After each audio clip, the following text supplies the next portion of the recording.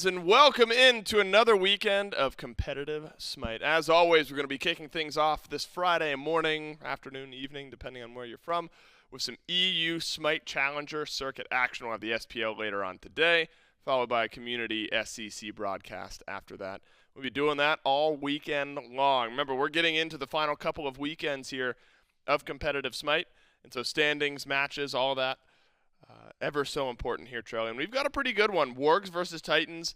Wargs, a team, not only literally the roster, or the logo, I guess, the brand was hoping to make it into the SPL during the qualifier tournament. Right. But the roster under a different brand also was trying to make it into the SPL during that qualifier tournament. Kana, Rapio, Gunter, Preds, Davey. Going into the Titans, a storied brand now in the SEC with Listimix, Maskill, Zany, Dazer, and Toddy. And so really it's a battle here in the SEC, I think, to build some momentum towards the end of the phase. Yep, it's interesting because it seems like we're still trying to figure out exactly how some of these games want to be played. You'd think at this point that the meta would be rolling, but I think it's one of those matchups that, as you were saying, should be an interesting one. Both these teams have a lot of talent. Well, Charlie, as I've mentioned, we've got a long weekend of SMITE competitive ahead of us. How is that going to shake out? That's the question. Well, we are in the second column. Right there in the middle of your screen, starting off the EU SEC, and then the SPL later on today. We'll start our weekend with Ferryman versus Ravens, incredibly important in the order division in the SMITE Pro League. Oni Warriors, Gladiators, end our day here on Friday with a community broadcast after that. And as mentioned, we'll be doing the same thing all weekend long, 9 a.m. Eastern Time for SEC EU broadcasts on both Saturday and Sunday, followed by three best of three SPL sets starting at 11 a.m. On both Saturday and Sunday. And this is the last weekend of the SPL, so standings, hyper important. And we'll get to some of those matches a bit later on today. And Charlie, a lot of the path to Masters that we've been talking about with the SPL teams, that applies to the SEC teams here as well. It's kind of their last couple of weekends to make that statement prior to stepping into the Masters and qualifiers and all those sorts of things. And that statement can get made in picks and bans. Setting the stage for game number one are both the Wargs and the Titans. I would assume, and maybe it's just me, I'm favoring the Wargs in this matchup. I think this is a roster that, they were one of the last 3 or 4 teams during that SPL play-in tournament.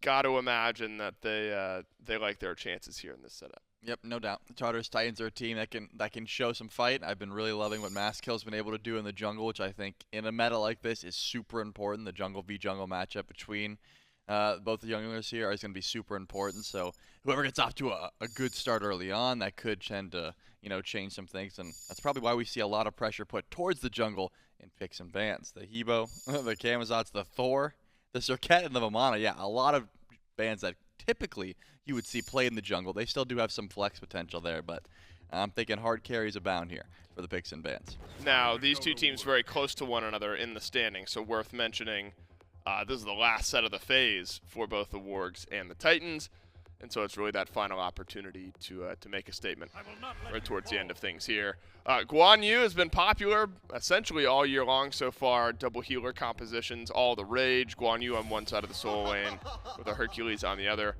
And Charlie, Rom has often been an ADC answer for a lot of our SPL teams. What do you like about Rom in the current meta? I like Rom because, number one, he's going to be just fine early game. He clears 3 buffs, which is kind of difficult to do. But also, you've got late game damage, and that's sort of the biggest flex point is Rom is going to be able to hard carry games away. If you're hitting snipes consistently, you've got that 1v1 potential, which is just really solid. And in this case, that's just what you want. We're all just making fun of Miff, right? The silence is making fun of Mifflin. He's been in a mood today. Internet and chat, I just want you all to mentally prepare yourselves for a day of Mifflin, because we've got an earful already to start off our Friday. Horus plus Rom and Guan Yu, some more sustain, but also more initiation from the Niflheim Wargs. On the other side, though, Trelly, it's a really good front line with a Hercules and a Terra. You get support and solo for both teams confirmed now. Do you favor one over the other? Meta-wise, I think they're both really solid, right? At this point, Herc and Guan Yu, they kind of go toe for toe. They've got good early game. They still have that incredible late game initiation that you're looking for, as well as Terra and Horus. Two sides of the same coin in my mind. Good CC, good initiation, but that heal is what you're looking towards. I suppose the Warg just a little bit more solid because I think Horus, that mobility can be so good late game when sieging is so difficult. To the skies can really be a way to break the base. You can ult your team in, you can ult those minions in. So a little bit of presence over to the Wargs, but still a very solid draft here for the Tartarus Titans. I think probably smart from the Titans as well to ban out a couple of those carry-style junglers. Rapio, jungler for the Wargs, incredibly talented and a hyper carry style of player. Eyes got to go to Kana, though, because so much of the conversation around Kana, the solo lane play come Worlds time last year, I think now applies to the SEC. And so you give him Guan Yu, carry style, initiation style solo laner, you expect big things. With a lot of those jungle bans left open, the Nemesis, though, for the Tartarus Titans. Slow, prot shred, prot steal, I guess. A really good way to start off some of these fights. And then Baba Yaga, Trelly. It feels like Baba Yaga has been that fallback style pick for a lot of the mid laners. Yeah, Baba Yaga is still on the rise, I would say, especially making use of the prophetic cloak build, which is just annoying in this day and age when you're up against a mage like Merlin, for example, who takes a while to get online, takes a bit to do that sort of damage against another mid laner. Baba's going to say, nope, doesn't matter if you get online. I'm still super tanky in that regard. But the Wargs finish off with the Hunbat. Some great team fight play here from the Niflheim Wargs. They've got plenty of beads burned, which I think is a big deal from the Horus, the Guan, and of course the Hunbats. And if you're constantly getting those beads down, there's a lot of members in the Tartarus Titans that don't have that CC immunity built in, the Terra and the Nemesis mainly. They're going to be feeling the burn. Man, Wargs, they've got a great team fighting style of composition. Big fan of the Baba Yaga, though, Trell. Yep. Big fan of the Baba Yaga. We'll see if that's enough to give the Tartarus Titans an edge. In game number 1, you already know Mifflin's casting, but he's joined by J-Mac for game 1. Yeah, that's right. Thank you so much, Dave and Trelly. It's J-Mac and Miff on the cast, and Doug will be joining us as well. So we're jumping to game number 1 between the Tartarus Titans and the Niflheim Wargs. The Tartarus Titans already stacking up 5 on the left side. 3 from the Niflheim Wargs spot the mountain. That'll be the end of the potential, at least invade or at least startup fight for the Tartarus Titans. But Miff, I mean, looking at these two rosters right now, we know that EU, much more a region that tends to go towards the later stages of the game. But do one of these rosters maybe scream a little bit earlier momentum for one of these two teams to kind of kickstart things?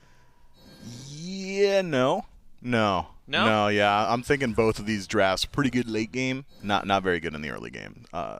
You could make arguments for Rapio getting active a little bit earlier than Maskill just by nature of being Hunbots. His ultimate really does make it easy to lock down any of the side lanes, but as far as team fight scaling or 3v3, these are both mid to late game drafts. Potential invade attempt here by Preds. Dazer's going to grab the purple buff and pull it back away, as Toddy's taking quite a beating from at least a couple of camps that he's been able to pull throughout this time. Preds here just to be annoying. Maybe see if he can steal something away. Won't be able to steal at least the buff carrier for green, but again, trying to go for the purple. Taking these small minions away, trying to drag out the buff as long as he can. Just delay time on Toddy and Dazer more than anything. Gives Davey a chance to start pushing in towards the wave, while Dazer and Toddy, they can't even go to the wave right now. No, they're chasing out the purple. They should be able to secure it nonetheless, but Preds has zoned them away from a good deal of that wave. I believe maybe 2 minions lost there, unless Davies push it out immediately. 3 minions lost. That's significant. That's really going to delay level 2. And in fact, it might even be 4, at least for one member. Toddy not able to get back. Preds losing out on XP. He doesn't care as much there. Maskill playing up at the tier 1 tower, trying to get some poke on a Gunter and Rapio. So far, the Wargs in the dual lane, at least getting some advantage for their Hunter. Level 3 already for Davey on the second wave. A pretty potent start for the Niflheim Wargs to kick things off. Yeah, but it's going to really put Preds behind as well. That experience had to come from somewhere, and Davey being level 3 has left Preds in a level 1 state. So a little while until he's got access to that second ability. Means he's essentially a non-factor on this wave. Kana Lastemics playing a lot of the picks we've been seeing pretty much as the staple of the Soul Lane. Hercules, the Guan Yu, a lot of self-sustain between them, but team sustain maybe more in favor of the Niflheim Wargs compared to the Tartarus Titans. I mean, you've got a Guan Yu, you've got a Horus already locked up. Got to imagine things like Divine Ruin, probably already on the mind for the mid laner. Zany on the Baba Yaga. Don't mention at least Prophetic Cloak still could be in the mind of the mid lane builds. We've been seeing that a lot from our Pro League mid laners and from the mids in general, typically playing this pick. Just how so easy it is to stack up that item with her. So easy to stack it up. It happens quickly. It makes you incredibly tanky, and it makes the other backliner incredibly tanky as well. I think that's the primary value of this item. So often in the late game team fight, it's mid and ADC standing on top of each other while the rest of the team is either diving or trying to get something accomplished elsewhere. It's that backline duo. And having a full stack Prophetic Cloak on one of the two of them just means that they're both incredibly tanky. It's a lot of mitigations, and Baba Yaga essentially doesn't even really need true 6-slot damage items. Her natural power and the nature of her kit really lends itself well to that bruiser style. Niflheim Wargs. Waiting to see when these level 5s start hitting, particularly Rapio. I think between him and Maskill, once these 5s hit, seeing where they maybe try and prioritize to get some pressure through, could at least be a good indication of where these two teams want to fight through. Maskill, though, able to seal away both speed buffs from Rapio. That's certainly going to delay his level 5. Maskill, while not getting a ton of XP for taking them away, certainly denying a lot more towards Rapio. And more than anything, just being a nuisance. Never feels good as a jungler to go back and lose not just one of your speed buffs, but having both of them taken away. No, the pacing for Maskill is really good here. I think his jungle route, very intelligent. Not only gets both speeds, but controls the neutral camp, can threaten that green buff as well. All the while, Rapio, trying his best just to secure farm on map, is able to secure his own red and a bit of a wave, which will put him at level 5 before Maskill. Maskill, though, has plenty more experience on map. We'll see the real experience gap as he starts to make a swath through his own side of the jungle. Yeah, does grab his left speed. We'll head over towards his right one and has matched that level 5 pacing with Rapio. Might even be slightly ahead by the end of this one. Yeah, and he did it without soaking up any farm from Zany. So you'll see the lead reflected on Zany as well. Rapio splits red buff and then 2 waves, I believe, with Gunter. Zany's able to solo out 2 or 3 waves in that time, while Maskill is just working through the jungle. So it's just a really efficient experience split. You can see that the Wargs wanted to get something happening in the duo lane. Beads are up for Toddy, which without ultimate, that's his only way to really escape the Fear No Evil or just any of the combo from the Niflheim Wargs. But wisely, the Tartarus Titans maybe sniffing out the lack of aggression, maybe the full step up of the Wargs duo lane. And they won't pull forward. So Rapio won't be able to get a gank over on the left lane for now. Maybe with that ward standing by, at least at the bottom side of the shield buff, might be a while before we see Rapio make his way back to duo. I mean, there are ways for Hun bots to get active in lane. I mean, we've seen plenty of teams just ward up the jungle pass and say, all right, well, what's Hun bot's going to do? If he's got Blink, and he could jump over Gold Fury Wall and then immediately blink in a lane like that, or go around through. Well, it's going to start over in the duo lane. Davey just eliminated in an instant. Ultimate from Maskill and full combo from Dazer and Toddy as well. Puts down the Hunter. First blood goes over to the Tartarus Titans. Yeah, Tartarus Titans strike first. Maskill been active on the map the entire game.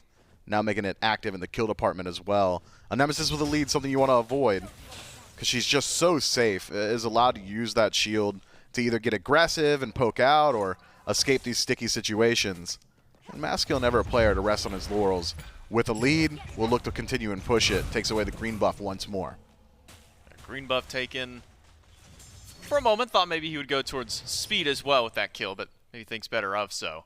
Now the Tartarus Titans can start up their lead with their jungler. So now, here's where Maskill will go throughout. Does he maybe make a route back to dual lane? Beads are still up for Davey.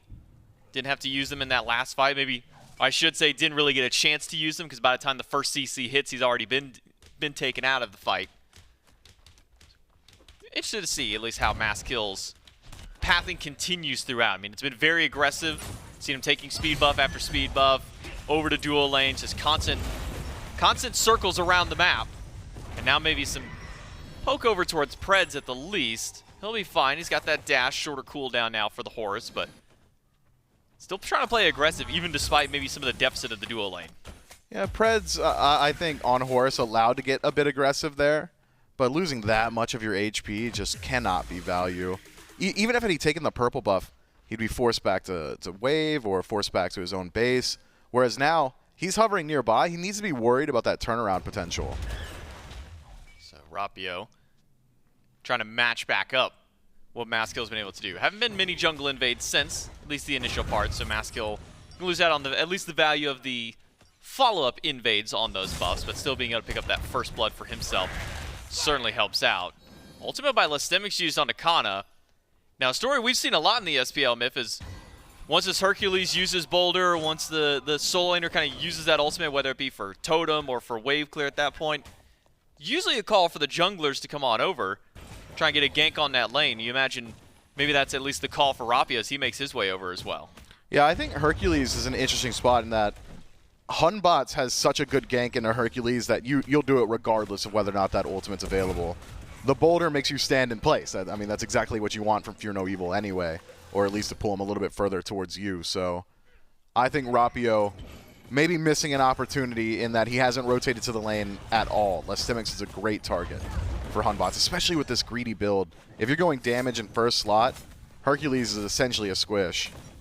I mean, we've been seeing kind of a back and forth, at least at the pro level for the Hercules builds. We've been seeing some still go Golden Blade.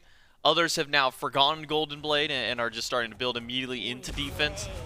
So at least for Lestemics, don't want to necessarily say the pioneer, but definitely one of the ones who were kind of pitching, at least at the amateur level, for this Golden Blade Hercules style of builds we were seeing kind of at the latter half of Season 9.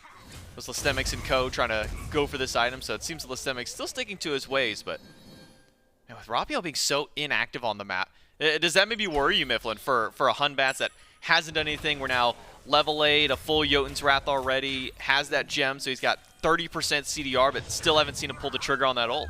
This ain't my first rodeo, J-Mac. I've seen some EU SCC-paced games. They like to take it slow.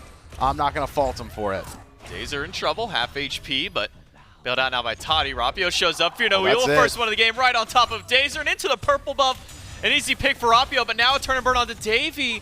Zany is here, does have ultimate. It's a couple of sights from Davey. Not going to do enough. He's still alive for only a moment. Does manage to get out by the teleport from Preds' ultimate. A quick pick for the Niflheim Wargs and a speedy escape out. And that's why you won't catch me disregarding Rapio's pace. He knows exactly when he wants to get involved. That's the third attempt, I believe, from the Wargs towards the Tartarus Titans purple buff this time. Rapio on time, able to get involved, catch Dazer as he rotates through the jungle. I believe Dazer was attempting to set up some wards himself, try and prevent that rotation. Toddy steps up to try and steal away shield buff, and it might be the last thing that he gets to do for a moment as Rapio takes him down with the help of Pred. CC chain a little too much, no beads used by Toddy, maybe recognizing that he was dead no matter if he did use that relic. Yeah, Toddy very aggressive there to path in towards that neutral camp. Would have liked to have seen him wait a little bit longer for Dazer if he wants to contest it. Perhaps not sure that Rapio was nearby, thought he had a better opportunity. Either way, Toddy does maintain the beads, as you said, but does not get to maintain the lead that he had established in lane. It was Davey, maybe about a half level down just previously. Now, after a great fight on enemy purple, able to clear out a wave on his own and grab the neutral camp, Toddy's looking at a pretty significant deficit. And also losing out on some of the stack game, too, for that Devos. Just at least early on. They'll get fully stacked up shortly on the next couple of waves, but yeah, Toddy really has fallen behind Davey on this side of the map. Just in general, Niflheim Wargs starting to pull back ahead. They were falling a little bit behind, had the first blood bounty go to the Titans, about a 500 gold lead that comes from there, and now that's swung back over, about a 1k up for the Wargs to start things back through. Rapio, now that he's gotten that first taste of blood, he's going to continue his rampage through the jungle. Won't get aggressive with that, at least some backup nearby, so that's a forego. Trying to go for this green buff invade, the 2v1 attempt kill as well. Instead, he'll just regroup back with Gunter, get some farm back online. It seems it might be a quiet game, at least early on for these mid laners. Haven't seen much from Zany, aside from the attempted save over on the other side. Haven't seen Gunter, I think, leave this lane at all. No, not a whole lot of reason to do it. Unless you want to get involved in the side lane fights, but Zany and Gunter are both playing scaling mages. The fights have been relatively even, so gentleman's agreement to hang out in mid and just farm up into that late game. I would be a little bit more concerned about that on the Wargs, though. Once Zany gets Prophetic Cloak, it feels like that's just about your opportunity to kill Baba Yaga eliminated. We've seen it in the SPL, we've seen it a few times in the SEC. It's a different god when she's got that amount of defense that quickly. So if the Niflheim Wargs want to address Zany, I think you're going to have to do it sooner rather than later. That's assuming that he even goes down the build path, and generally it's third slot. Seems like he's got Lost Artifact on the mind, likely Rada Tahuti there. It's a lot of damage. Zany going to be a magical nuker here. in the next couple of team fights. But the dive potential this Wargs draft is something I think Zany should be concerned about. Dazer caught out. Fear no Evil. He doesn't get a chance to play this one without beads. That's an easy pick against the support this early on. Doesn't have the defenses to really stay alive in these team fights. And Tartarus Titans will be out of their support. Might be out a little bit more as well. 3-man grouping in mid. Could be a call over towards the Pyromancer. There's Rapio, Gunter, Preds. They'll head that direction. What will the answer back be from the Titans? They're sending in their jungler Maskill, at least to the top side. Zany from the bottom. He's being zoned out by Preds, but no one's zoning Maskill. He'll find the ult on a Gunter. Wargs will get the Pyromancer. Rapio now on the escape to get away from Maskill. And a Relic Burn, at least the horrific emblem on top of Maskill, that'll slow them down. And Niflheim Wargs can get out. But you get Maskill's beads as well. Sure, it costs Rapio his own relic, but the Wargs got the greater objective, the only objective, Pyromancer, taken down by them. Push their gold lead a little bit further, and now have opportunities on map for Rapio to easily get involved. The ability to 1v1 a Nemesis in the late game, very low. Once she builds Magi's, even lower. But right now, if Rapio can connect a clean Fear No Evil, Maskill's just dead, no counterplay, at least for the next 2 minutes. We'll see if Rapio's got the sniper dialed in onto Maskill at this point. We'll start with the green buff, get him to move forward. Rapio had ult. Could have been an opportunity, but we'll hold the trigger for now. We're trying to make his attempt. Try to push this lead even further and see what the Niflheim Wargs can do. That first Pyromancer puts a Runic Bomb into Preds' pocket. So just about any tower on the map could be dropped in nearly an instant by Preds if the Wargs decide to push aggressively towards it. But I mean, you're right on Zany, at least with the Prophetic Cloak build. Typically is that third, maybe fourth slot if you're willing to go a little bit later into the build. And you're allowed to on Baba Yaga because of how she gets her stacks. You can generally go it a little bit later, but I do really like it in that third slot. So, wanting a little bit more damage though. You know what, as a mid laner, respect the want. Just do more and more damage through. Especially with just how good Rod of Tahuti is as an item. We'll see at least how that affects Zany and maybe his positioning in some of these team fights. Because once you get the Prophetic Cloak, feels like you can stand just about anywhere and still be fairly tanky with yourself between that and then the auras that your support gives to you. Gives you a lot of safety, but we'll have to be a little bit more careful in these next couple of fights as the Titans pull the Gold Fury. Rapio nearby, ultimate online. He can push them all away from here. Preds has a lot of CC into his kit as well. Gold Fury will be leashed away now. Tartarus Titans are going to drop it entirely. And the Niflheim Wargs now rooted out, at least by Dazer. A teleport in from Kana. He's joined the fray. And he gets pushed against the wall by Lystemix and Rapio. Triple nice. Fear No Evil. Dazer may just be good as dead. A boulder is there only as a distraction as Rapio picks up a killing spree. Man, Rapio's got eyes for one guy and one guy only, and it's Dazer. Been the target in every single one of these fights. Now the Wargs fall back to gold. Lystemix trying his best to create some space. Does not take the objective and likely loses his life. Rapio, or Kana, I should say, will go through, get the beads away from Lystemix. Ultimate from Mastkill on one of the backliners, but not going to find any more value beyond there. Gold Fury and a pick go to Niflheim Wargs, and maybe a little bit more than that. With Preds alive and a Runic Bomb in pocket, should be a guaranteed tier 1 tower, maybe even without the Runic at this point, just because the in-hand damage from his team is strong enough. Lystemix finds push, but he doesn't want to stick around too long, especially with how much damage Gunter's already doing. Yeah, I'm surprised Lystemix gets away with that even. Like, pushing Rapio there, thought maybe would have cost him a bit more of his HP. Instead, it's an immediate disengage. The Niflheim Wargs playing disciplined on map. Do not overstay. Do not stick around. Instead, want to reset, spend up that gold, perhaps get some vision on field, and prepare for this next Pyromancer. A lot of buffs about to spawn on the Warg side of the map as well. So that'll reflect well for Rapio and his build. Already finishing up that serrated means that he's got penetration. His ability to stick around in the fight, very high. I would like to see a hi-rez Lament, considering how much burst Rapio is shown to have. Would only make it that much more difficult for the Tartarus Titans to survive. Nice stun, though, from Preds. Will force the beads off Toddy. Well, now Rapio's got play of field. He can go just about anywhere. No beads on Lystemix. Zany as well. Now Toddy, all lacking CC immunity. Fear No Evil is a death sentence. And even Dazer. Well, Dazer's picked up a bubble, so maybe not as easy to take down the support now, but I think Preds can get the plenty bubble. of CC across the board to be able to take that one away, namely with Preds.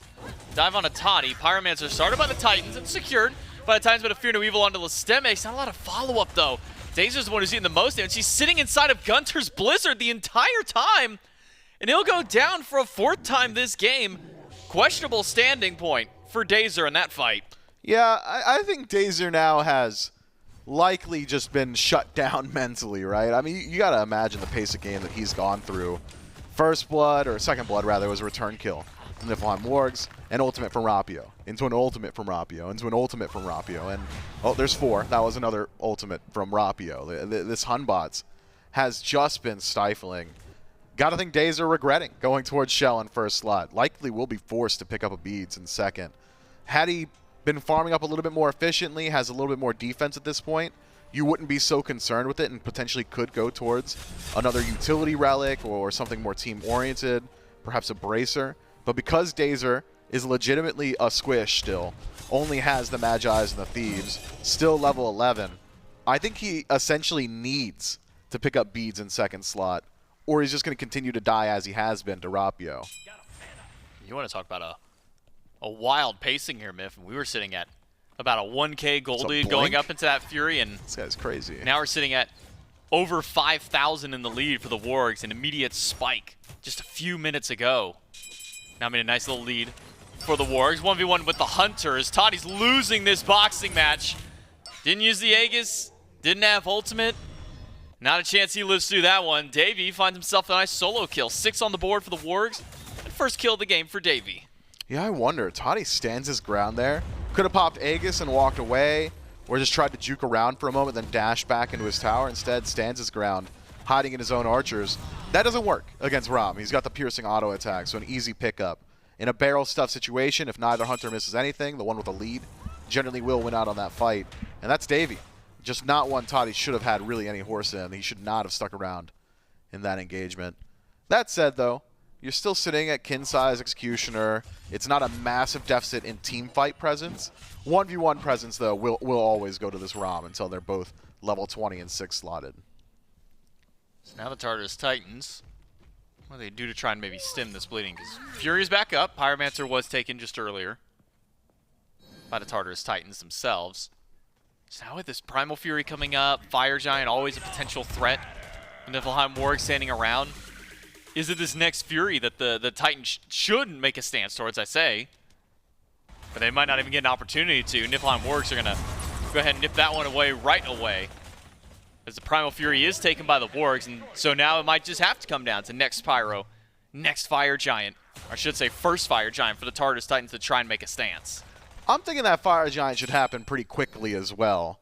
The Niflheim Wargs have not lost a team fight yet and are now around 7,000 gold in the lead. 20 some odd minutes in, you've got a great objective burn composition. Secure comes from space control. Both Kana and Rapio can zone the Tartarus Titans very well, or even play very defensive zones, sit on top of that Fire Giant pit, hold Fear No Evil to prevent any sort of steal potential for the Titans. Either way, I think you're right. The Tartarus Titans likely do need to prevent this Fire Giant from going down. Their base defense, although not weak, is certainly not well suited to deal with the dive potential of the Niflheim Wargs with the deficit already established. So defend Fire if you can, but I also don't think they can. The Niflheim Wargs have just got so much advantage. We're staring at 7,000 the lead for the Wargs. All tier 1 towers taken away. And Dazer can't even take neutral farm in the jungle. The roaming Harpy just gets stopped by a level 20 Guan Yu. Being level 12 at this point for Dazer is essentially a death sentence if one carry and a tank stand by near him. Pyromancer's not going to be an option for the Titans. That one gets taken by the Wargs. This large stacking on the right-hand side. Rapio goes back to base, while Toddy split pushes on the left-hand side. It's a start for the Titans to get some of the neutral gold off the map, but sooner or later we'll need to see a grouping around Fire. This is the comeback mechanic for the Tartarus Titans. If the Niflheim Wargs are unwilling to pull the trigger on the right-hand side, Toddy will slowly work through the map. We'll be able to push a tier 1 in left. That's the first one. Now maybe a tier 1 in mid, or potentially moves in towards the tier 2 on left and starts stripping farm. And if the Niflheim Wargs are not confident in their ability in a 5v4 on the right-hand side, that is going to continue to close up the gold lead and the experience gap. Toddy's going to start stacking up his items very well. So the longer that this happens on your screen, the longer there's just a grouping and a staring contest on the right-hand side, the better it is for the Tartarus Titans. Pulling the Fire Giant's the only way to force the hand of the defenders. The Niflheim Wargs, they've finally done it.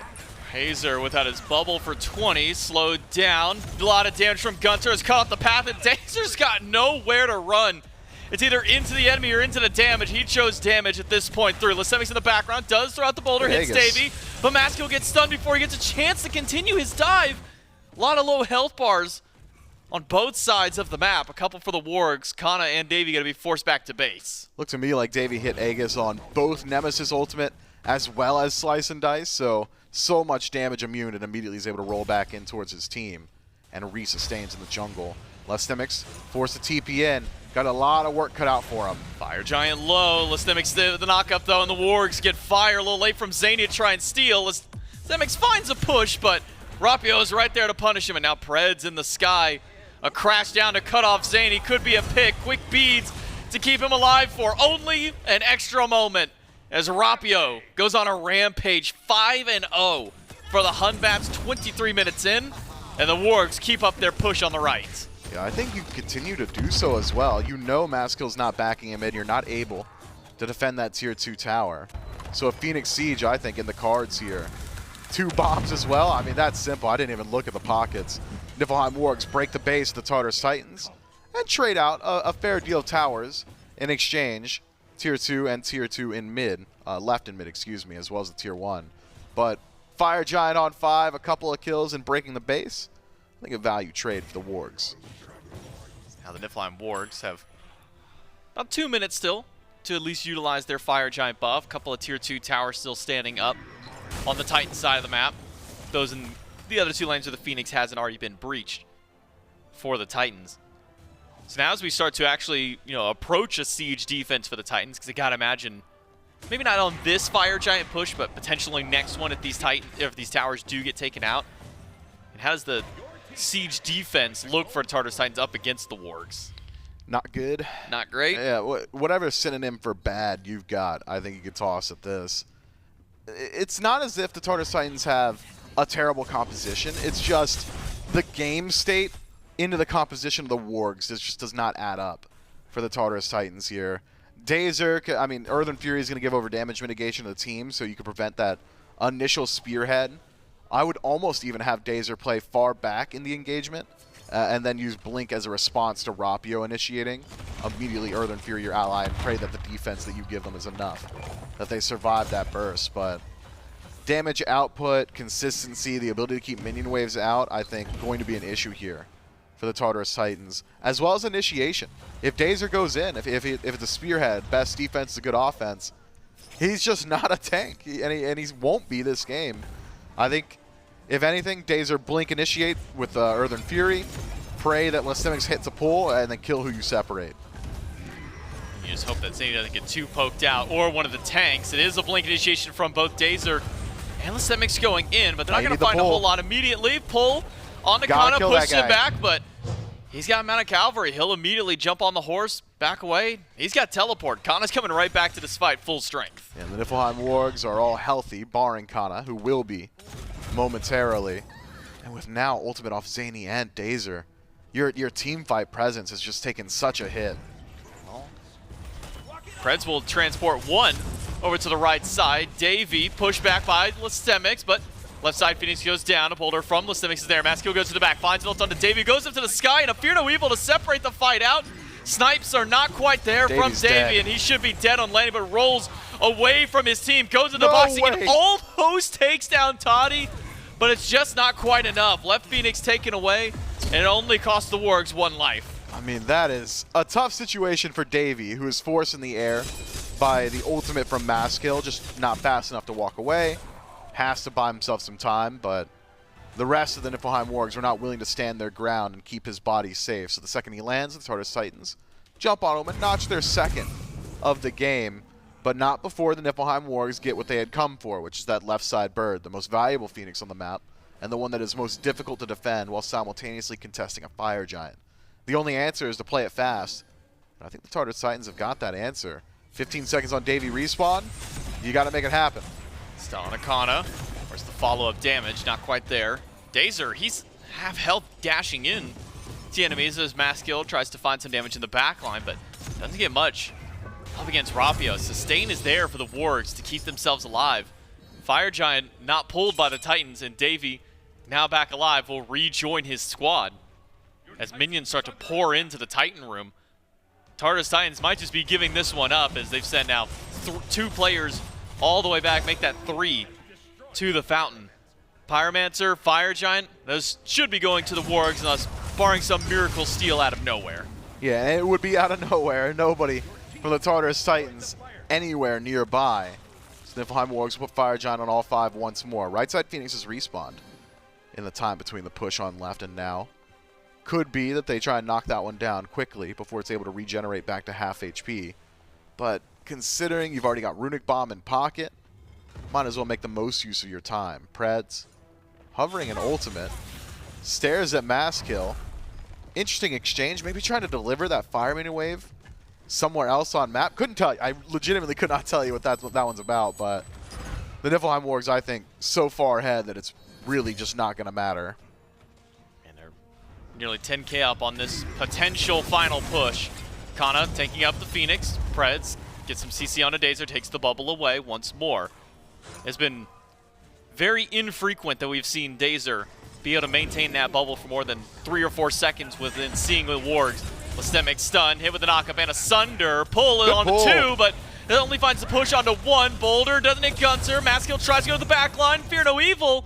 We'll get the beads away from the Nemesis, but Rapio's right on top. Snipes are not going to do much for Davey as it's a 2-for-2 trade. Now Davey rooted out by Dazer trying to fight back in. Sun on the Toddy, and that's going to dive in by Davey and a Runic Bomb as well. Kana picks up the double kill on a Toddy. Dazer will go down to a kill for Davey, and it's only Lastemics versus 3 of the Wargs. Lastemics is not tanky enough to stop Davey here. A bit of CC.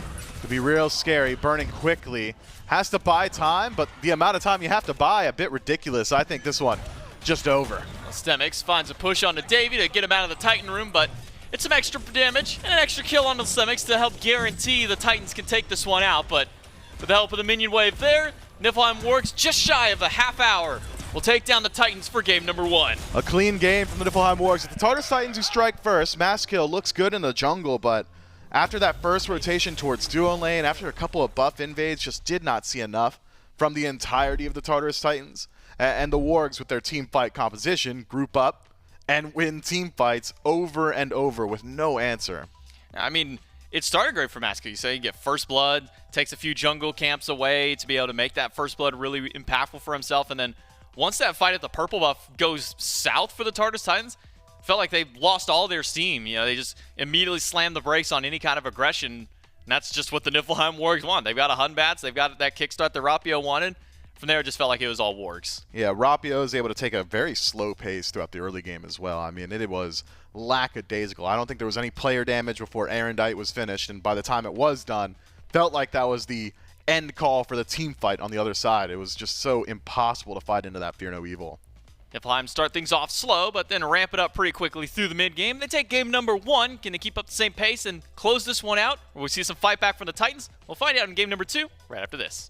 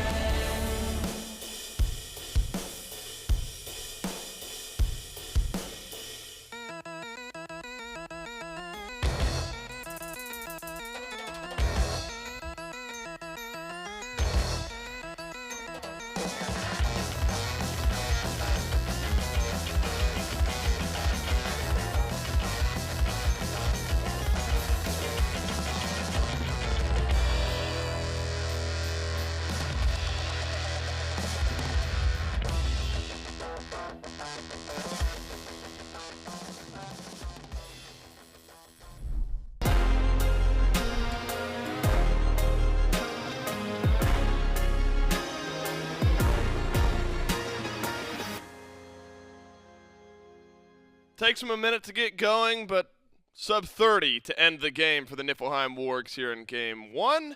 That's a convincing display for, again, the team I think may have been favorited coming into this event. Speaking of favorites, some of your favorite VTubers now in SMITE, the V-Sojo crossover now happening. And important to take note, week 1 through 4, you're going to get your best value on purchasing the skins individually or all as a bundle. The prices will go up in future weeks, so right now is the best time to go in game, buy all the skins at a steep discount prior to prices going up in the future. So head on over into game right now, check out some of the cool V-Sojo skins we've got going on, and get them at the best value they will be during the entire crossover. But if you look back at game 1 and exactly how things shook out, we wondered if we would see big things from Rapio. We sure did. The Hunbats spearheaded this effort, Trelly, and really helped close out this game in what was surrounded by a really good team fight comp. Yep, I would say so. It seemed like that's what the Wargs were drafting for. As you said, a little bit slow early on, but that's usually how a team fight style draft's going to play it anyways. And I think Gunter did some good damage. Of course, Rapio looked very flashy in the kill department, and Davey was pumping out so much damage as well, as you would expect from this squad. They are looking extremely solid here in the EU SEC, and it just did seem like they're playing, I'm not going to say slow, they were playing calculated. They knew when they could fight, they knew when their power spikes were, and they knew that as long as they were able to get set up with this big CC with the speeds burn, their team fight was going to come extremely easy. It feels like it's this standard now that the Wargs and a lot of other teams in the USCC have set. Because remember, the Wargs are kind of middle of the road as far as standings go going into this matchup. So an important one to try to find a win. Titans in a very similar spot. And when you see how clean the Wargs are, it's surprising that they're about middle of the standings going into, maybe upper middle of the standings going into this final week of the SEC. But I think calculated, but in a strong way from the Wargs. You know, they get first blood, 8-9 minutes, delay things out, and then when team fights really break out, just felt like the Titans were a bit outclassed, maybe in both shot calling and in team comp. And Troy, it feels like you gave a lot over to the Wargs. We talked about frontline, a Guan Yu, a Horus. Those are two of maybe the most sought-after frontlines in the SPL at the moment. Getting both just seems really, really strong for the Wargs. And then the carries they got, also two of the most sought-after picks right now, and Hunbats is always going to be a nice plug-and-play option. I think moving forward to Game 2, it's difficult to break down exactly what you need the Titans to change. Could start in picks and bans, Trelly. Maybe not allowing this full team fight composition to fully take shape. Yep, I think that may be one of the concerns here for the Titans, is trying to limit what the Wargs are able to do in picks and bans, just because, as you said, it seemed like they got just about everything they would want, as long as they were able to stall and play for that team fight. So I guess there's two options. In number one, you go and try and get pressure early, and you say, hey, we're not going to sit back and let you get to that team fight phase. We're going to draft aggression, or you can always take some of those picks away. Charlie, let's find our answer. B's and B's for game number 2. Starting off now, do the Titans make complete total adjustment overhaul? They'll be in second pick spot, leaving the Wargs over in first pick. Which, you know, it feels like what? Hercules been often prioritized as that first pick option. Guan Yu has been the answer. If you're the Titans, you're hyper concerned about one or the other. You open up that opportunity to take one or the other away for yourself over in second pick. But I think the Wargs are such a talented team, whether they want to play through Rapio, play through Kana, Preds and Davey, one of the more talented dual lanes we've got here in the EUSCC.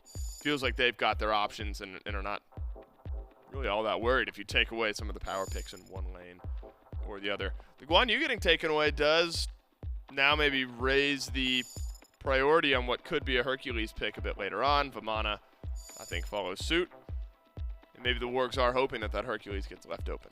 Yep, I think trying to play through Kana is always an option here for the Wargs, so if they're going to grab that pick, they're definitely going to take it. But the Marty does make its way through, which looks like the Wargs value a little bit more. Got some good prod tread, got some safety, as well as just tons of burst damage, which does unfortunately mean that they're giving up the Hercules, but this tells me that was a trade they're willing to take. You have to know if you're not grabbing that Herc in that first spot, that's going to be swooped up. So they just valued Marty a little bit more. Yep, Marty has been it. Rom has been the answer. Remember, It was a really good look at game number 1 for the ROM and for the Wargs, but Martikaras has really just been it, and it's the type of hunter that you kind of forget to talk about sometimes because it feels like it's just banned out so consistently.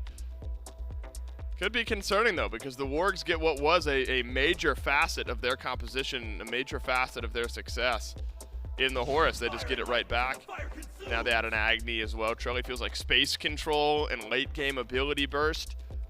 Going to be a power point for this Wargs team. Yep. I'm just thinking about how hard it's going to be to walk up, right? Because I think Marty's got that huge burst damage that he can just control a whole lane into the Fire Giant, and Agni does the same exact thing. So trying to step forward, tanks in this case for the Tartarus Titans are going to have to get a ton of prod online, and even so, it's not going to be enough to just walk into a Marty and an Agni. They just have so much burst damage. You can only half health you before you even walk in. But I suppose at this point, you've got lots of lockdown on the side of the Titans as well. The Hercules and the Nox, I think, combo very well together. As long as you're holding your CC and saying, all right, Nox, you go in first, or I'm going to go in and get that combo, and you're not chaining that together. The Tartarus Titans have some very solid beats burn here as well. I don't know the lore behind the two Agni heads. Is one of them angry and the other one... They both seem pretty angry in the base skin, but then other skins we play around with it, like I don't know what, like the Broadway type skin, where he's just like, one of them's really sad and one of them's happy yeah, with that mask. Both seem uncomfortable, I'll say, in the base skin, which is the lore accurate one. But maybe to our point earlier, would be comfortable later in the game controlling space. Susano plus tier. Again, Charlie, doesn't seem like initiation's going to be a problem for this Wargs team. Titans go with a bit of flash, though. They get the Giannis, which in the right hands is an incredibly dynamic pick. Kali hover, Kali lock it. And WoW is right, Trelly. How about the way the Titans end their draft? Well, I said there was two things the Titans could do. Number one, they could sit back and try and farm, or number two, they could bring that aggression early on. And this composition is very much sit back and farm. They don't look like they're trying to get active too early on. The Rama Nox lane is going to be essentially just farming. Janus, he can fight, but he usually likes to just portal into camps as quickly as possible and get ahead. So I'm thinking the Niflheim Wargs got the early pressure in spades. Wargs need this win to create some space in the middle of the standings. Game number 2, Wargs versus Titans, kicking off. Thank you so much, Dave and Trelly. Niflheim Wargs, one game away from sealing their last set of the phase. Tartarus Titans, they've got to do it in 2 if they want to try and fight this one back. And similar to the previous game, Miff, we have Preds trying to go for an early purple invade, really just trying to bother more than anything the Tartarus Titans to try and keep their dual lane out of lane as long as possible. Worked really well to start out in game number 1.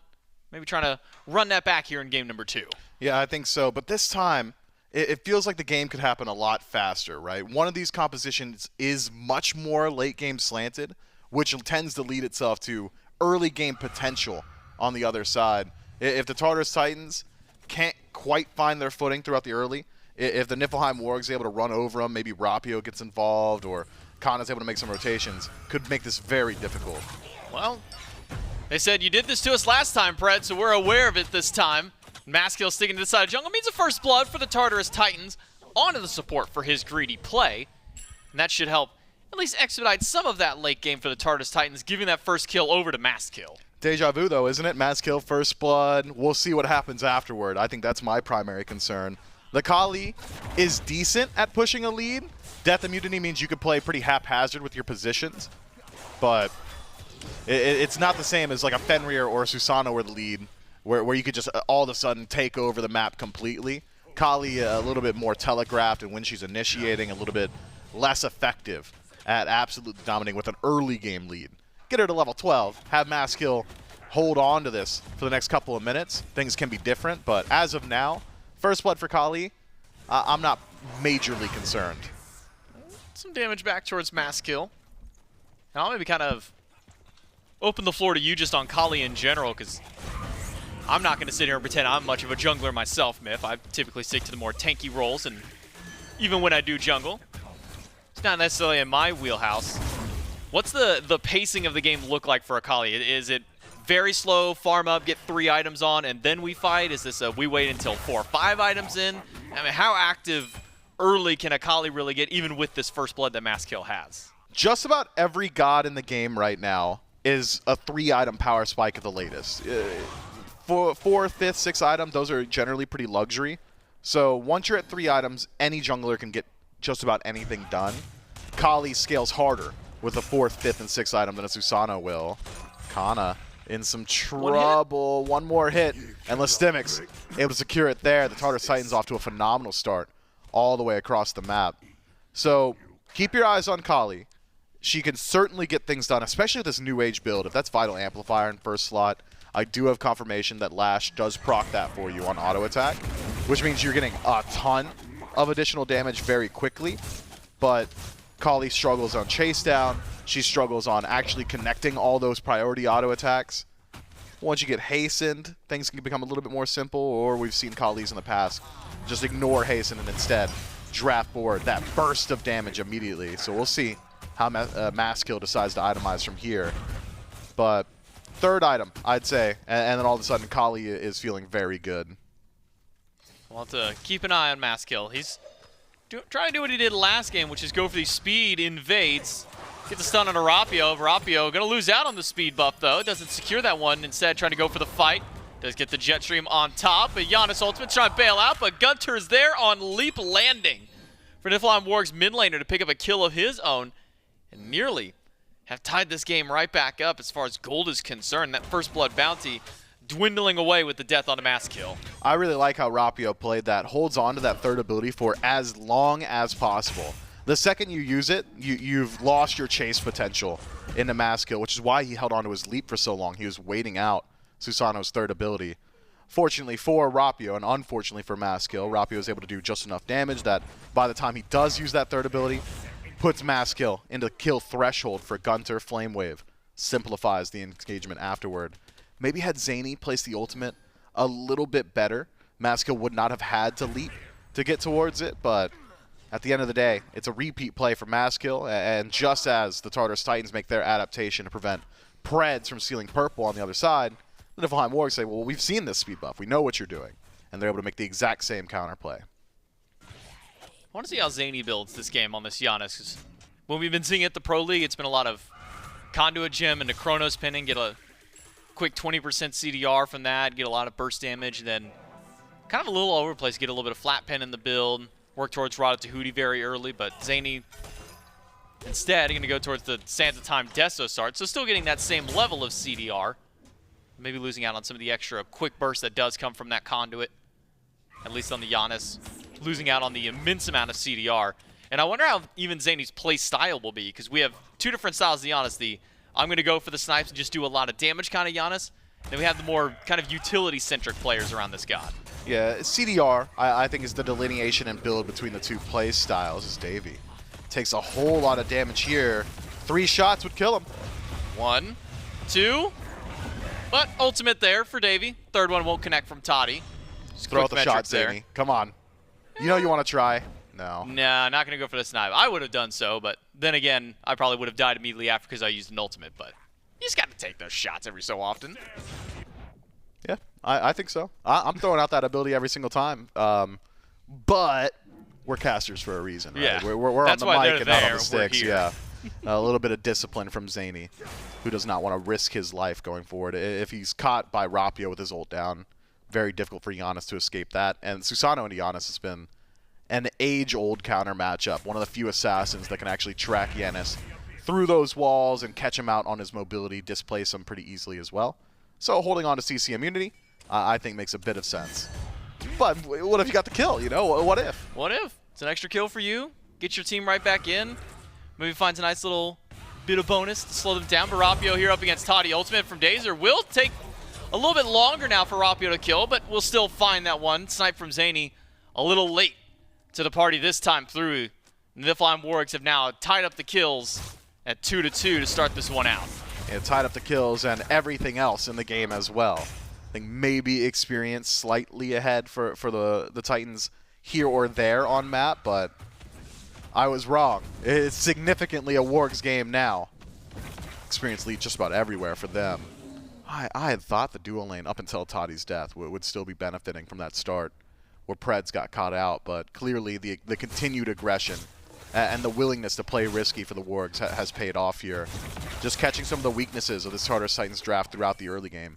Any fight that happens in mid, you're really favoring Gunter at this point between the mid lane selections and their builds. Feels like Rapio has hit a point now where he's a little bit more effective than Maskill, who has gone for the Vital Amplifier start, by the way. A very strong item, great stat stick for Kali, and the passive synergizes well. But it's not the same level of CDR, and Kali's output as an assassin just does not quite match up with Susano just yet. Davey standing near, so Pred's his target to dash towards. He'll find the stun, find a double knock-up after, and a Root Explosion combo from Davey. Takes about a quarter of Dazer's health, and even more so on Maskill. Attempted kill towards the Horus, but I mean, this is why I've been seeing Horus so far up in the meta now, is just his ease of escape from so many difficult spots. And Yikes. Zany caught outside of his own jungle is not a great feeling for the mid laner of the Titans as the Wargs continue to push back. I don't even think Zany stepped on a ward there. The Wargs have got deep wards on the Titan side of the map, but where they are, I think, just got lucky and caught Zany out in the jungle. Unfortunate for the Giannis. Has not picked up beads in first slot and was not able to react quick enough with the ultimate, so the second that stun connects from Gunter, seals the fate of the Tartarus Titans mid laner. And it's the exact same game pace, isn't it? The Tartarus Titans in game 1 play well in that very early laning phase, level 1 through 5, Maskill involved, trying to steal away as much farm as he can. But as we start to approach that 9-minute mark, it just feels like the Niflheim Wargs have got a much more firm grasp on when they try and take fights in lane. They've got much more impactful rotations from Rapio. Feels like there's clear decision-making. The conversation likely, hey, I'll step up here. I'm going to look for displacement on X target. What's the follow-up? Okay, we got it. Whereas I feel like the Tartarus Titans almost playing individually on map. Why is Dazer rotating in aggressively through mid? Why is Zany locked in the tower, Maskill on the opposite side of the map? They just kind of spread out, whereas the Niflheim Wargs, when they're getting things done, they're always grouped up. Gunter might get caught out here. Dash stopped by the silent stun. Nice and a shot. big snipe there from Zany to connect. Takes him down to 10% for Maskill to be able to pick up his second one of the game now. 2-1 on the Kali. Starting up in the balance blade tree next, but might get caught out by Preds. There's no follow-up, so Maskill should be just fine, but a good way for the Titans to answer back. It is. That's exactly what you need to see. Keep Zany above water. Giannis is very susceptible to feast or famine games. If you fall behind in the early, Giannis does not have the most damage in base kit, so itemization so important for him. And if he's lacking an entire Rod of Tahuti, that Gunter's got finished up on the other side, damage output going to be a little bit less, and poke potential significantly less than what an Agni is bringing. Giannis is an assassin at the end of the day, even if he is a mage. Needs to play as that solo agent in some of these fights. Means that you really want, when Unstable Vortex connects, for it to be a threatening number. And as of now, with just the Enchanted Spear in second slot, I don't think you're there just yet. So that ultimate connecting, major. That is the biggest bit of burst that Zany can afford to a team fight. And even then, I mean, even with the kill, it's still Gunter playing on tower line. It's still Gunter taking out the Bastions, and there's just not a whole lot of threat to him. I think Maskill recognizes that Rapio's nearby, so won't try to initiate onto Gunter. At level 12 on the Agni, he can go back and pick up his second relic. Can't imagine Aegis in that second slot for him. Brought up Tahuti's second after the Spear of Desolation. This is my favorite build Hefty now. amount of burst damage for this mid lane mage. I mean, Agni already does so much, but now you get him under half, and those bombs that are so easy to poke them there just makes them that much more valuable. Yeah, Deso Tahuti is the fastest damage output that you could find in a mage build right now. And it plays well with what Agni does. Connect the bomb stun, maybe a flame wave, all of a sudden Zany's going to be in Rada Tahuti threshold, so you're getting even more power against these low HP targets. And Agni, with so many bombs, will find that additional value on probably second and third bomb in some of these team fights. Rada Tahuti, of course, a very statted item, now has penetration on it as well. So, a smart pickup. Divine Rune on the other side for Zany makes sense, but even against all the sustain, you're not the best applicator. Maskill going to use ultimate, double stuns onto Rapio. Toddy, he's going to try and close out the kill on Rapio. Needs the snipes to get there. First one's through, second one should kill, misses, third one's got a hit, but it won't. Toddy can't get the kill, Rapio's out, and Toddy is down. A turnaround for the Niflheim Wargs. Man, Toddy's had a rough go of it today, hasn't he? Maskill now, the target. Does it channel in time? Likely wouldn't have, but able to avoid it nonetheless. Starts his back, but it's just a bait. Kana's here, ultimate over the wall. Ult from Dazer misses, but with a horrific emblem, will push back Kana and Preds. That's got to be Gold As Fury. Gold Fury could just be under the mine now of the Niflheim Wargs. 4 on this side of the map. 5 if Rapio decides to join in over, but looks like he won't even be necessary. Gold Fury and a pick for Niflheim Wargs. I think they've expedited their pace from game number 1, Miff. Yeah, really sped it up there. The TKO on 2 just buys so much space. Kana makes the rotation, Lestemix does not, so it's a clear numbers advantage to the Wargs on the left-hand side. Able to knock down the Fury. Classic response is immediately go for the Pyromancer. The Tartarus Titans will be doing exactly that. Consolation prize at the end of the day. Less gold, less experience. It's what you do with the Runic Bomb that really makes the difference, but this composition from the Tartarus Titans is not a siege draft. It's a pick-based composition. It's let's find our fight and then look towards structures or objectives, and with the deficit as it stands, I'm not certain the Tartarus Titans are going to be the ones making proactive plays like that on the map. Fred's sticking around. A little low, but he can resustain back up, head back to base. Level 13 on Davey. He is 2.5, nearly 3 full levels up on a Toddy at this point through. And all Toddy can do is just beg that his tier 1 tower isn't a primary target for the Wargs, because with any significant grouping, now he can get knocked down and Toddy may be forced back to base. Has already gone down twice this game. And now maybe attempted pick on a Zany. He'll throw an ultimate. That's a lot of damage back towards Gunter. 40% of his health with 1 ultimate, but that's all that he's got. Just a little bit of damage from ult. Oh, Toddy's Davey dead. in the sky. Toddy low. Rapio's on the way. Can he get to the sky in time? Maybe some bailout from Dazer. Beads are there, but God, there's just so much damage from Davey and Rapio. No chance he lives there. Yeah, loses the beads on Rapio, but secures the kill on Toddy at the end of the day. Dazer, a good attempt at peel. Hits everything, but unfortunately cannot prevent his ADC from falling down. Toddy, of course, just a tough performance here today. Lost out in the 1v1s, been getting rotated on pretty consistently as well. There is going to come a point very soon, maybe in this next item, where Toddy has the potential to fight back in. Maskill, no potential himself. Kana makes the rotation at a blink fearless, prevents the kill immunity. What's the name of her ultimate? Destruction? Destruction. Yeah, prevents the destruction from being channeled there. That is tough. And the Tartarus Titans now, I think, very much concerned with the pace of game. But as I was saying, Toddy should have boxing potential soon. Probably won't get to leverage it, though, now Lestemic's in trouble. I would have thought Rapio had gone for ultimate, but maybe he's saving it for a rainy day at this point. There now it we'll charge is. it under the tower. Lestemic's as good as dead as he stands in place and eats the entire front of damage from Rapio. Wondering how long it's going to take him to pull the trigger on that ultimate, but I guess he was just waiting for Lestemic's to stop moving to get a guarantee hit. I wonder, there are sometimes situations in the jungle where you're thinking, no kill potential, no way I can do it, and then your laner does more damage than you expected, or you look up and Lestemix is lower HP than you thought. I think that's probably the situation there for Rapio. Likely wanted to reset, just assumed the Hercules was too survivable, and then realized a little bit later there actually was some kill potential and able to secure it nonetheless. This is a concern now. I'm ready for this trap to be sprung, because I'm not checking that bush ever. I'm checking the one on tower line, but this one right here, Davey is super invisible. They got no idea. I'd say they might not even realize that that patch is there at this point. Dazer half HP, and even worse than that is Davey channels every single shot on top of the support, and it's just enough with 1 auto after to get the kill. Toddy up to the sky. Oh, he's needs dead. all 3 to kick down Davey. Aegis to immune the last one. With Rapio here, no safe place for Toddy to stand, as the Niflheim Wargs take their 9th kill of the game. Maskill makes his way through the portal. Too little, too late. Everybody from the Niflheim Wargs have already vacated the scene of the crime. Toddy GR gets to spend another 20 seconds of the grayscale, 4th time this game. The Tartarus Titans need to bail out this ADC, man. He has been just accosted in this lane. And now without his tier 1 tower, we'll have an even harder time finding safety.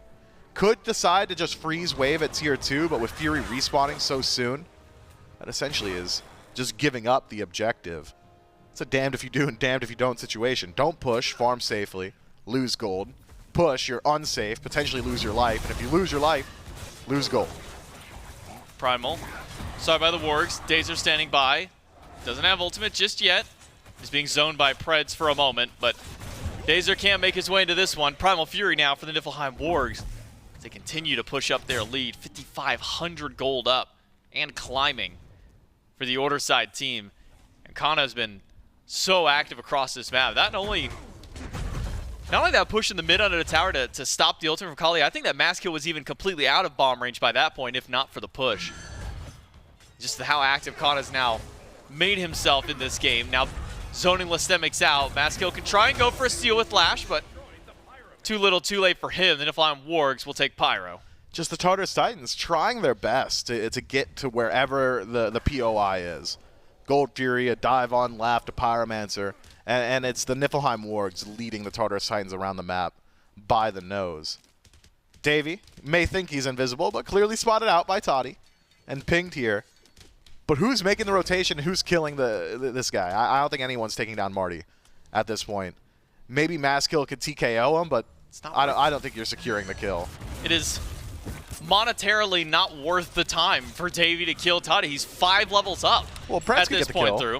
I mean, Preds gets it, that's still valuable, but also Preds is 4 levels up over Dazer at this point. The whole dual lane, a collective 9 levels behind at this point in time. That's not very good, is it? No, and then you take into account that everywhere else is at minimum 1 to 2 levels behind. Well, that's not good at all. Yeah, it's 2 in mid, 2 in jungle. Closest one to his opponent right now is Listemics, who's only 1 back behind Kana, but he's all the way on the other side of the map. Solo's not going to get active anytime soon. At least Listemics won't be able to. As dual lane tier 2 threatened by the Niflheim Wargs, but this early in without minions, without that Fire Giant, so hard to push in with that many bodies standing by. And for those of you wondering, why is it not valuable to get these kills? Why wouldn't Davey want to knock down Toddy? In year 10, there have been some changes to how bounties work, how experience share works, things along those lines. And with the new comeback mechanics comes a mechanic that is, if you are 4 levels up on your enemy, count them 4, and you get the last hit, you get nothing. I believe you get maybe a little bit experience, but 0 gold. Not worth the time. You send him to the grayscale. You deny farm, but it is not monetarily worth it, or the majority of your time, to knock down such a low HP or low level target. So I think good on the Niflheim Wargs. Keep pressure up, keep forcing Toddy to lose farm to tower, but I don't think we see a tier 2 dive anytime soon, unless legitimately it's Preds. Preds could kill him and find some value. He might just be the only one, though. Well, decent bit of damage to Toddy. But now Rapio is here. Rapio throws out the Typhoon. And now Listemics has shown it to the party, and this is what they need, to find a pick onto somebody. But they just can't get Rapio. He's so fast, and he's got just enough bailout by Preds. Preds might be dead. Silence, rooted in, but the entire cavalry is here for the Wargs. Bomb over the wall, and ultimate for Kana. Maskill's down. It's a double now for Rapio. And ultimate by Davey. Just a zone Dazer away. Listemics tries to dash out, but now it's chased in by Kana and Rapio. They want this kill, but Listemics may just be out unless Rapio's willing to expend everything to chase this out. Man, Maskill went cross-eyed there. Really wanted to jump onto Davey. Leaves Preds alone, who is shadow locked, and then gets CC'd all the way into the grayscale. Another death for the Kali before the ultimate gets channeled, and the timing of it just miserable. Toddy may have fallen. Rapio too high level to get value. It's just the grayscale and the tier 2 tower that the Niflheim Wargs accomplished from that one. And the 5th death on the Tartarus Titans ADC. And how it had happened once more, I mean, just miserable for Toddy. He's in the tower line, gets pulled out of it, takes a little bit of damage, starts channeling his ultimate to get in the air, and then gets cut in half by a tornado. I mean, there's just not a whole lot you can do about that one. Now, Listemics pull just a bit shy from grabbing him back, but it seems it's all a bait for the Wargs to keep Listemics out, because Fire Giant started up by the Niflheim Wargs. Listemics throws a boulder very early in the fight, thinking that maybe he had an opportunity there, but yeah, he couldn't see the fire. He just knew it was pulled. He just saw a ring of fire standing around the pit and said, all right, I'm going to give it my best, but his best is just a little shy. Dazer will channel the ultimate, but still gets knocked down. It's a 7-0 Rapio to lead the charge for the Wargs as they continue their push now down mid tier 2. Tier 2 should go pretty quick. Bomb in pocket for the Niflheim Wargs, and time to play with. 20 seconds on Dazer respawn. Maybe you've got eyes for Phoenix. I think more likely tier 2 tower on right would be a great target here. Base defense of the Tartarus Titans, not great. Let's be honest. Non-standard mage, auto attack assassin always struggles when the game simplifies like this. Toddy's essentially a non-factor as he is struggling to get into value range of anybody for the Niflheim Wargs. Still the only one who would gain any gold from killing Toddy is Preds, and Because Toddy is 0-5, he'd gain 40 or 50 gold from killing him. He's an enhanced minion on map that just happens to hit a little bit harder. This man's an Oni archer at this point. He's a minion that has like the will to live. Like he's got survival instinct. He'll run away if he gets low. He's got the friendship on his side to try and lead him through this charge at this point, but and that's it, really. And it seems like that's failing too, because friends don't surrender, and I saw the boat go up. Okay, that's all I'm saying. Maybe he's the one who hit the nose. Said, "No, guys, we got this. We scale." He's holding his team hostage. Bro, he said, "We scale, man. We got a Kali, we got a Ram. I've got so many levels to go." Look, they can't get more levels. It's not even my final form. I can get more levels and more items, but it might take us a while. Dominance is going to be big. God, the fact that Preds is the same level as Maskill, he's ahead of 3 of the 5 players on the Tartarus Titans. The only ones who have more experience on map than Preds at this point is just Listemics and Zany, and that's because they've pretty much been left alone. It's been everywhere else that's been damaged by Niflheim Wargs. A 5-stack now at the left side, Phoenix. Maskill walks up and realizes his mistake. Yeah, that's an odd B. Gunter hits hard. Yeah, I will not be walking haphazardly again. This is a gross combo, by the way. I love that. Hide in the bush, make all the Tartarus Titans rotate, and then expose the Phoenix. Oh, Dazer out, turns around, throws out the ultimate, doesn't find anybody. Snipes, not going to find it. Gunter does not live through there. Maskill finds a good shutdown there, but Maskill with his own ultimate pops it and will be chased out, locked on side of the acid rain. And it's Rapio to drop him out with the left side Phoenix as well. Niflheim Wargs take their 1-for-1 plus Bird. A massive 1-for-1 for the Tartarus Titans. I know they lost their Phoenix, but anything that can get Gunter off the map is valuable. Oh man, a lot of damage back towards Toddy between Rapio and Davey. I'm not sure who's doing more at this point. 3 in a row now for Davey on the Martikros. Zany wants to get in this fight, but he doesn't have a way back in. Preds low, has to dash back towards Davey. Listemics brought back, and Zany trying to play the assassin, but he doesn't have a great path in just yet. With health bars starting to grow back now for the Niflheim Wargs. All that sustaining kit from Preds. Niflheim Wargs, they can walk themselves away with no fear. And nothing left on the map for the Tartarus Titans to scrounge up. Grab a couple of chests, grab a neutral camp, maybe a speed buff, but you can't immediately run down the Fury. Pyromancer gone as well. Generally, when you have the TKO or the Fire Giant reset, where you get ready for the next one, the defending team will try and do something to close up that gold lead. I don't think there is a something to be done. You're not defending the Fire Giant. Neutral territory fight just can't go your way, even if it does make it a little bit easier for Kali and Yanis to get involved in the engagement. You're just so far behind, I don't think you should. We'll see, though. Listemics steps up further than I would have thought he would. Still able to escape narrowly. Had that pool connected from Rapio, had the driving strike not been perfectly timed from Listemics, likely just his life there. And in learning that valuable fact, Listemics can say, hey guys, I'm the tankiest guy on the team, and I'm not a tank. Let's go ahead and let the Fire Giant go. And the Titans will do just that. Niflheim Wargs get fire on all 5. Now the Tartarus Titans want to go on defense one more. Push up at least 1 minion wave on the left side of the map, but those are all slowly closing back in now. The Tartarus Titans will be forced to defend at mid Phoenix and right Phoenixes. I don't think there's a chance in the world. The Titans down nearly 12,000 gold, step up to a tier 2 tower. So it might come down to one final hurrah of a defense for the Titans to try and hold back the Wargs, try and get some of this gold back.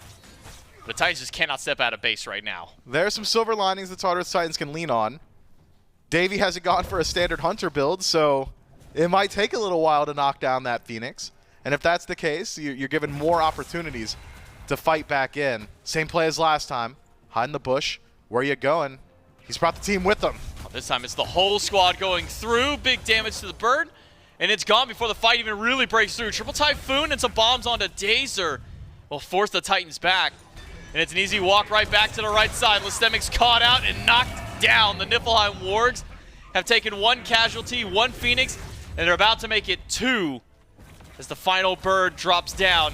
Titans inside of their own throne room forced to try and defend. Masskill, MIA, hasn't shown up to the party just yet to really help out. Kana is low, but the Titan is just melting, and Masskill has done nothing but stand by and watch as the Niflheim Wargs walk right through and take the 2-0. When your Kali loses confidence in her ability to jump into a fight, even with death immunity and kit, I think a good indicator of how that pace of game had gone. Early game, and I'm talking about the earliest portions, they look all right. Every other part of the game, it's all wargs. Yeah, I mean, you're talking about how this is a very scaling style of composition, at least for the Tartarus Titans. You know, when you think of a Ram, a Kali, you're wanting to wait until you get a few items to get that crit online, at least in the Kali's case. But that time never really came through, and by that point, it's too late.